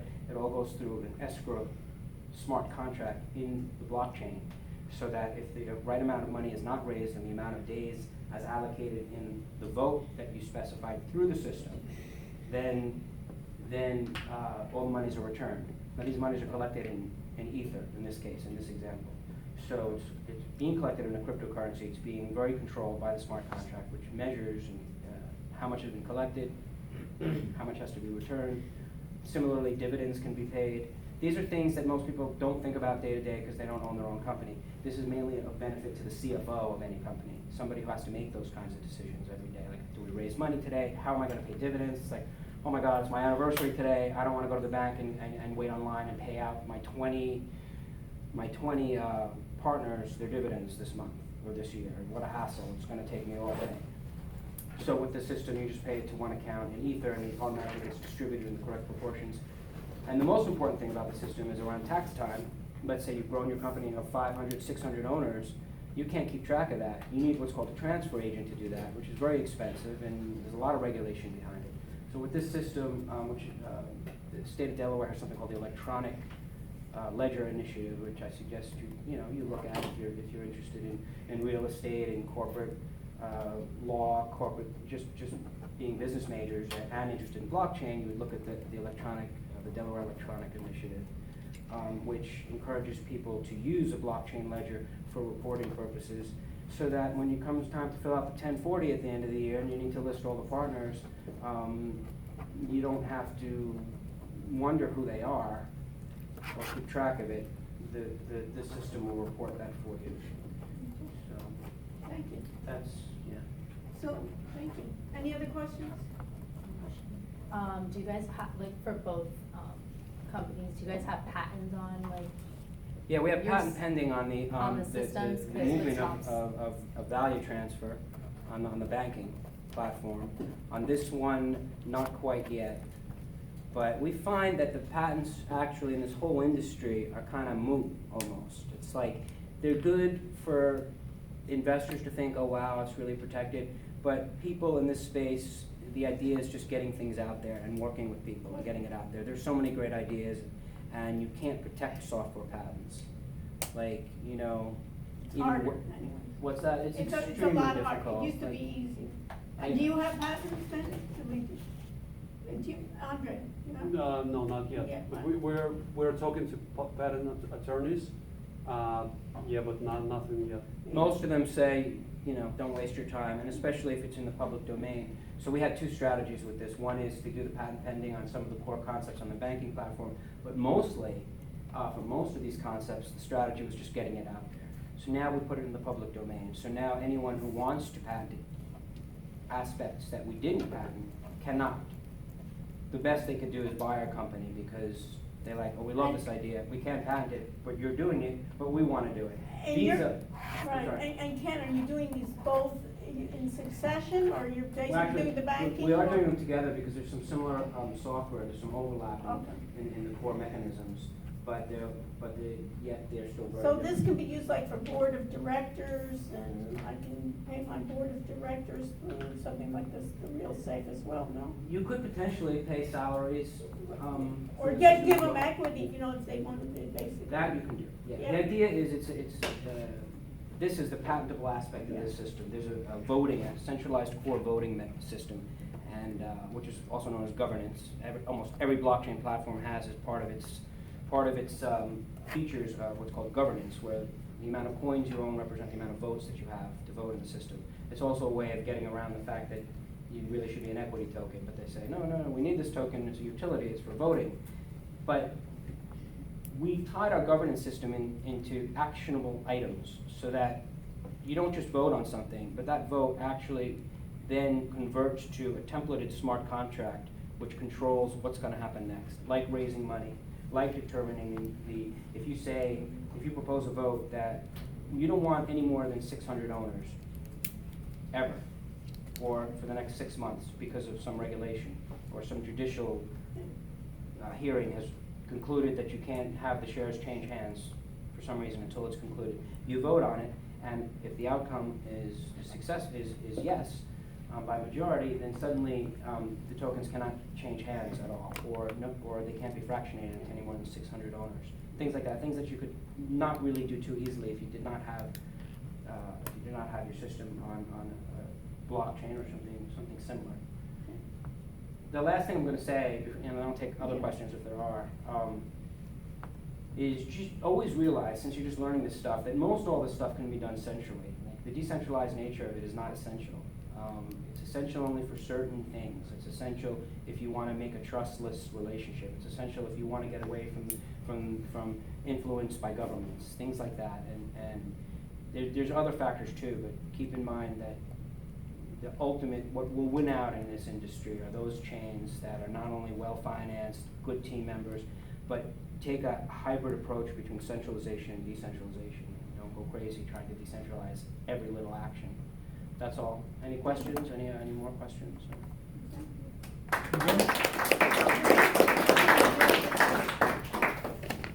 It's my turn. Yeah, your turn. So what would you like to do? Hello for everybody. My name is Kotov Dmitry.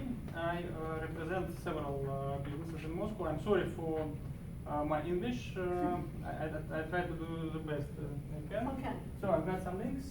Firstly, I work for crypto consulting. I'm blockchain specialist. So you want me to go to this? No, crypto consulting is Do you want me to go to? WorkCoin.io. Okay, can I go to it? Yep. We can go to it? So we're gonna go to Word? Is that what you want me to go first? Word, Coin. one word, right? .io. .io. So everybody go to wordcoin.io. So, I specialize in ICO. If you want to do some crowd sale, it's a new form of crowd sale, it's ICO. And I received my experience with working with people who want to make their own ICO. It's about 3-5 teams per day, and they talk about the project. Most of them don't have any project. They have some business, but they want to earn some money. That's all.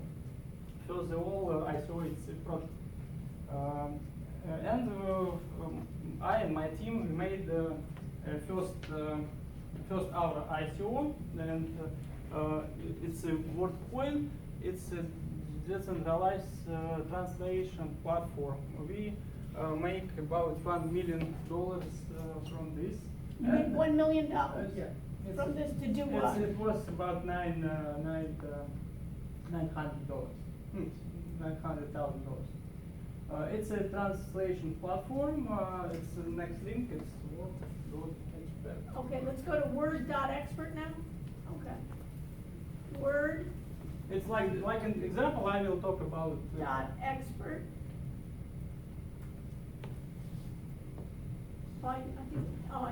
Okay. So it's A decentralized freelance platform. for translation, SEO, SMM, copywriting, VRM. But now we are focused on translation. It's a huge market, and however, we received only $1 million.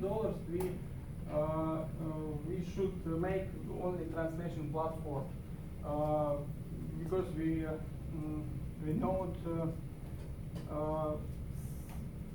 several caps for different types of work. So it's difficult. So.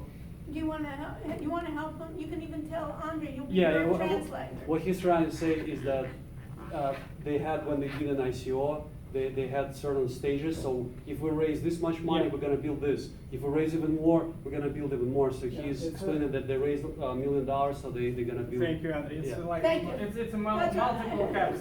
For I appreciate it. You know what I mean? We have United Nations here, and that's brilliant, especially in the development we're in now with blockchain. That's what we're going to talk about, like that one coin. You're going to say it's all the world and how we're going to. So the translation. So Andre, what is he talking about in terms of translation? Then you're talking about translate in what format?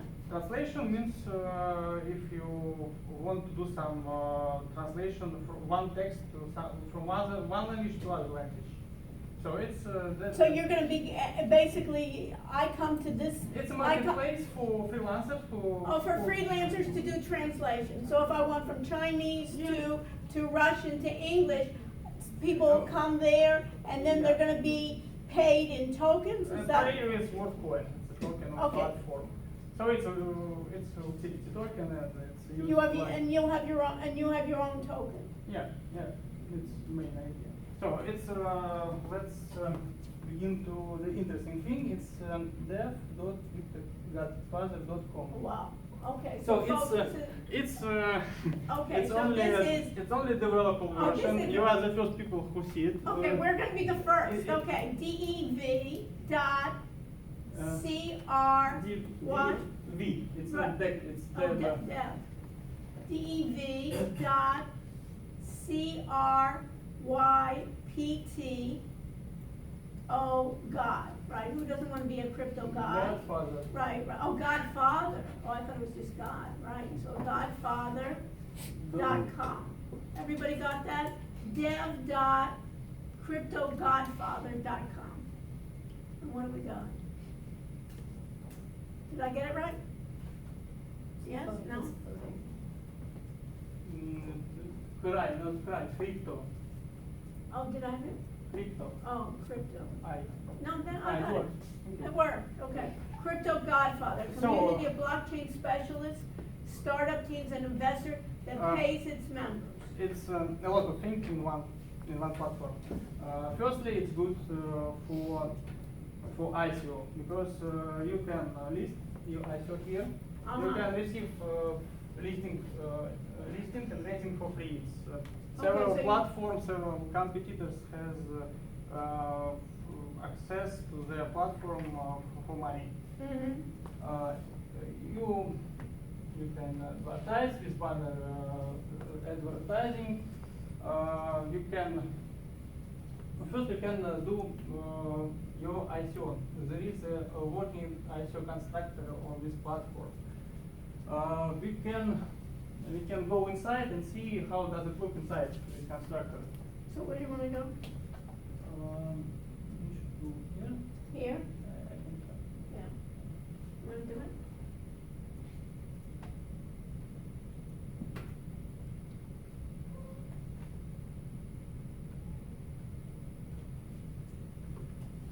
You wanna sit down?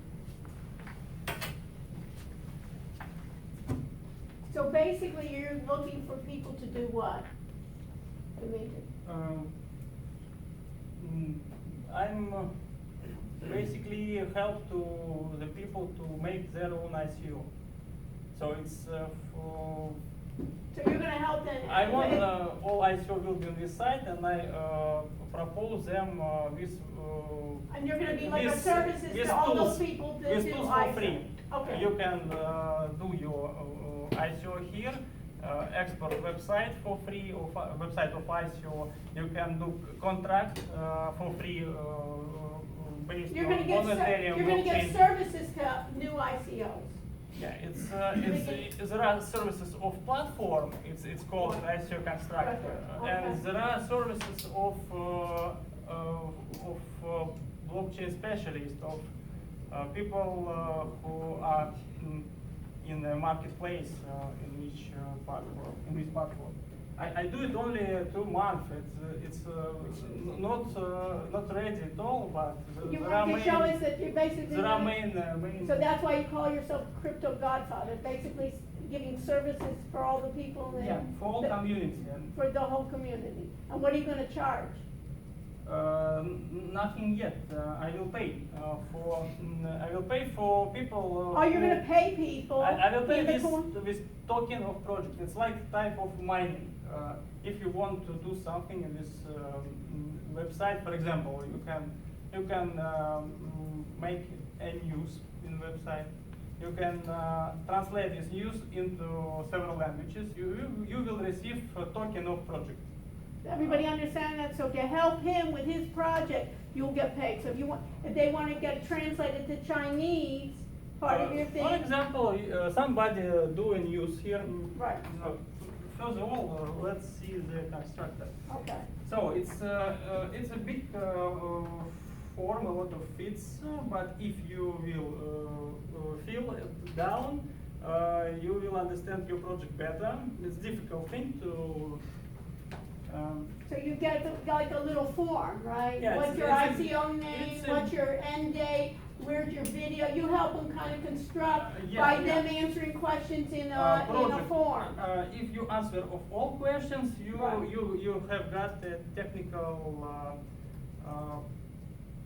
техзадание. Это как, Андрей, техзадание? Like a specification? Specification for developers. Спасибо. A lot of positions that you need to fill for your website. So you answer like a you answer all your forms and then you're gonna do the end product for them. And after that, you can export And your then- and then you- website to your domain, and you will get website for free. Okay. Do everybody understand? You answer the questions and then you have already the website, you have.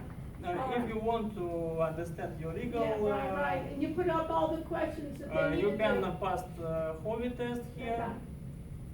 Okay. Made very important thing for each project. Right, It's right. community. What's in Slack and Bitcoin talk, yeah, okay, got it. Everything. Finance. So And then it's you ask them the finance questions, yeah, with your hard cap. and Uh-huh. crowd sale. You can create contract. And then you create patient account. No, it's Still working, okay. Sorry.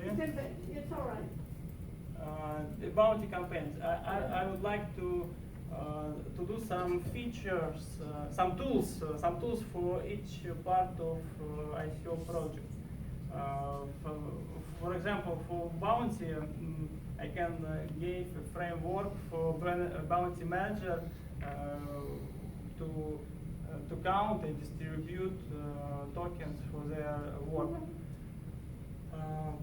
So you're gonna save them a lot of money, they don't need as much consultants to set this up. There are some some difficult thing like legal opinion, like if it's difficult contract, they need some special blockchain Right, but specialist. they have the beginning, at least they'll have the beginning, they'll have the outline for it.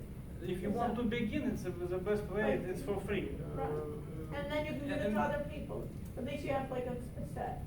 Okay, got So it. I would like to explain more. It's about ICO constructor. You have there is a rating inside.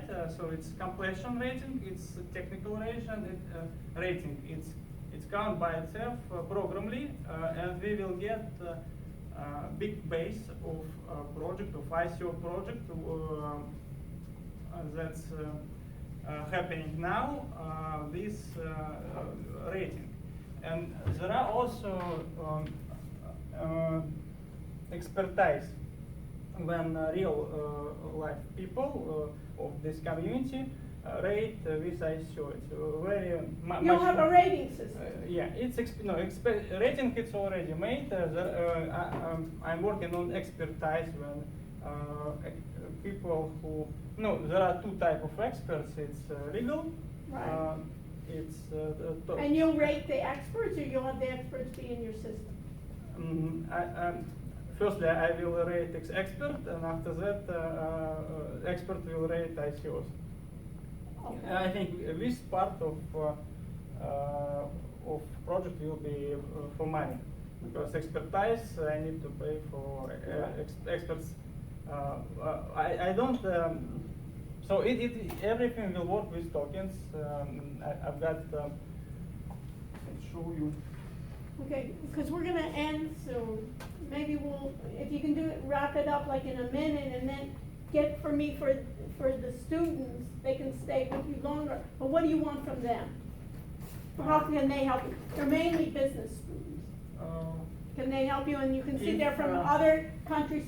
We have people that know Spanish. We have people that know French. We have people that know Chinese. I will be happy to see you in this project, and I will pay you. First there is talk, maybe after with real money. I hope it became really useful. It's only 2 months of work. 2 months. You're and just now, in the beginning. And now I understand it's a very huge project, and there are no competitors that they want to mix everything in one platform. There are ratings. Right. There are no ICO constructors. I think there are a lot of ratings. Do you guys know of any ICO constructors? Meaning platforms to build your own ICO? Yeah. Yeah, there's several. So you maybe want to talk. Yeah. So anyone. Go ahead. Anyone can do it. Anyone can do use what? this platform to like start your own coin. That's what he's doing. He's setting that up, right? And then- You know, they start with their own coin, and then they realize how easy it is, and then they say, well, let's build a platform for others. That's why people coming to me now, and they say, we want to roll out 8 healthcare ICOs in the next 6 months. Can you do that for us? Then I'm like, well, to do that, we might as well just build a platform to do it, right? This is how Cryptonymous started. This is how Token Market started, right? Token market, it's only listing and rating. That's all. It's not a platform to make your. He Well, wants to help you almost like a actually- set of I know about forms. token And at the Yeah. end, you have all market, the paperwork. ICOrating.com. No, but ICO Token page, Market, but it's not the same. actually, if you pay them 6% of your ICO, they will actually, when you click the registration button on your on your site, or token structure or token sale or buy now, instead of seeing your own URL there, you will see tokenmarket.net/ICO, which means they themselves do host some ICOs. Yes, they are a listing service. But you need But- you should you- have already this ICO to deal with token market. You can't. You can't just go on there and start creating your ICO. That's true. No, and that's what he yeah, is. He's in yeah. the very There's- beginning stage of filling out those forms. There's okay. Yeah, maybe Yeah. we can take this offline right now. Yeah, sure. Any other questions for Dimitri? So So- you can see how. We will finance good project with our tokens. They can they can pay for some real important services in this platform and in marketplace with tokens. That's also a good idea. So you have your own token already, or you're in this in the beginning, you don't have it yet? For You're- this moment, I don't need for crowd sale, I don't need for Right. token, I just focused on the project. Yeah, I you're don't just- want to earn money now, Right. I don't need it, I'm investor, I'm developer, that's it. Right. Both. You don't need the money. I don't need money for this moment. Okay. When I will decide to go to exchanges, I need money because it costs a lot to be in a main, like in Polonis or Bitrix, it costs very costly. After, I should make the project. Okay. Well, thank you very much. Thank you. So can you guys just stay a few minutes, and then I'm gonna end the class formally. We know what to do, right, in terms of a review of getting all your work done before, and then we'll do a review of what you need, okay? And if you have any cards, you guys, or anything, or you can send them to contact, or you want to put an email, or how do you want them to contact you? People can reach me at Ken at Hey, you wanna put it NationPay. in, Ken, you wanna So I'll put it on the board? Yeah, I can put it on the board. Yeah, just put it on the board over there. Put it on. Yeah, or here. You can put it on the- Ken, what is it? We'll see. Ken never know. Ken at nationpay.io. I usually has the same stuff, like the same type of people coming when I was in university. I think you can get around.